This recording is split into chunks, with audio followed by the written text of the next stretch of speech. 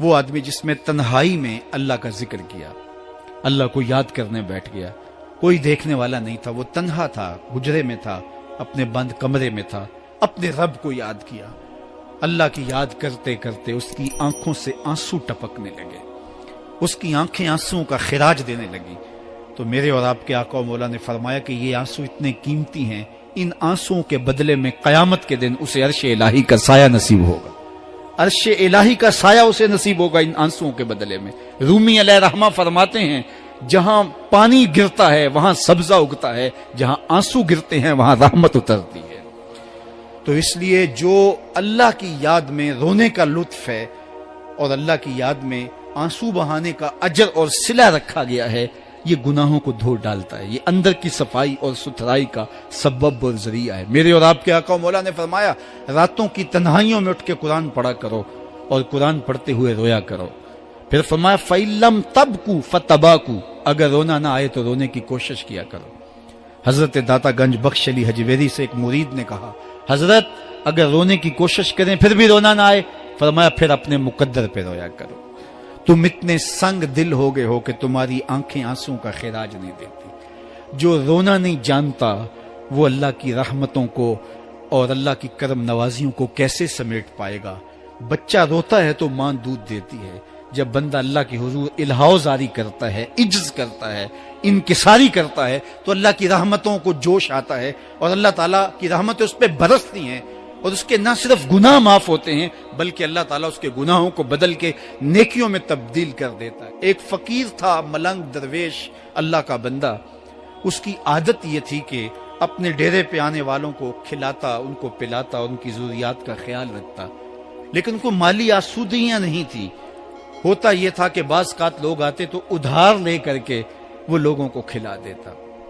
خیر چونکہ فقیر کا مزاج یہ ہوتا ہے کہ لوگ آئیں اس کے ڈیرے سے کھائیں، بابا بلے شاہ نے بھی کہا تھا نا اٹ کھڑک کے دکڑ بجے تتا ہووے چلا، آن فقیر کھا کھا جاون راضی ہووے بلا۔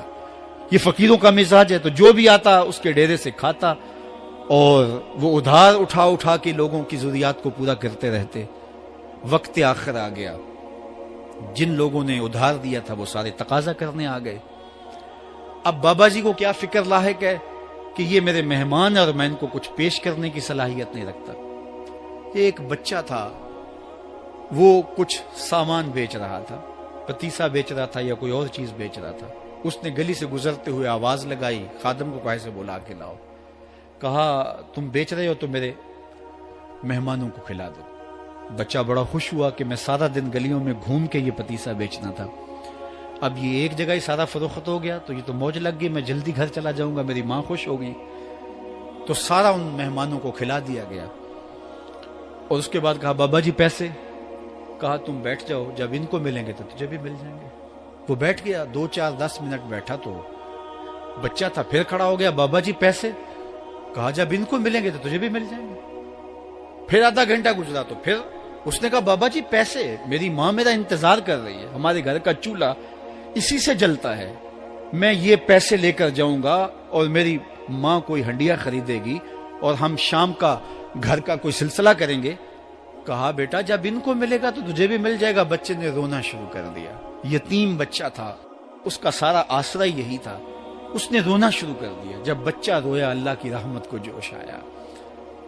کوئی مرید نذرانہ لے کے ان بزرگوں کے پاس آ گیا اور اشرفیوں کی بھری ہوئی تھیلی پیش کی۔ وہ اتنے پیسے تھے کہ اس بچے کو بھی دیے، جتنے لوگ آئے تھے سب کا قرض چکایا، کہا جاؤ گھروں کو۔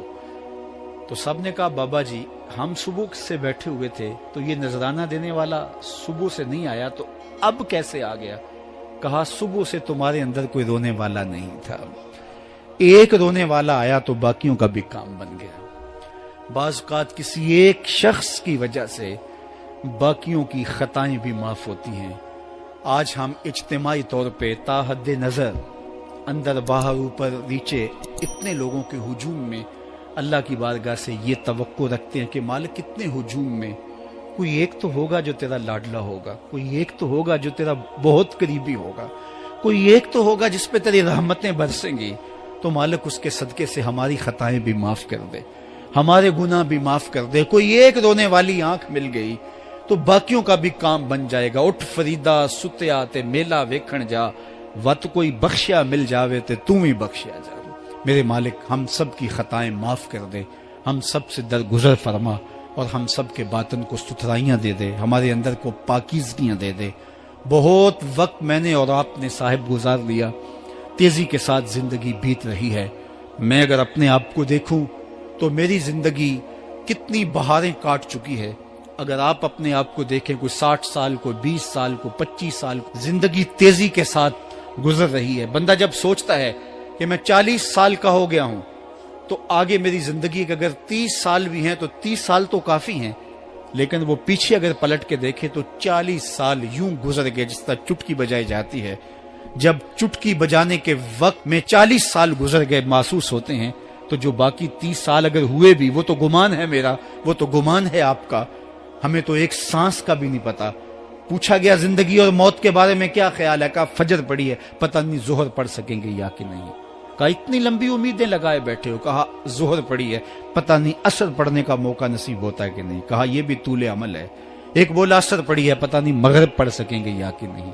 کسی نے کہا ایک رکعت پڑی ہے، پتہ نہیں دوسری رکعت بھی پڑھنا نصیب ہوتی ہے یا نہیں۔ کہا یہ سب تمہارے منہوں کی باتیں ہیں، میں تو کہتا ہوں ایک طرف سلام پھیرا ہے، پتہ نہیں دوسری طرف سلام بھی پھیر سکیں گے۔ کیا موت اتنی قریب نہیں ہے؟ ہم نے اپنی آنکھوں کے سامنے لوگوں کو جدا ہوتے یوں نہیں دیکھا ہے۔ ہم کہتے ہیں اس کی خبر سنا رہے ہو موت کی، یہ تو میں نے ابھی سبزی والی دکان پہ دیکھا، لیکن جب موت آتی ہے تو ایک لمحے کا تقدم اور تاخر نہیں ہوتا۔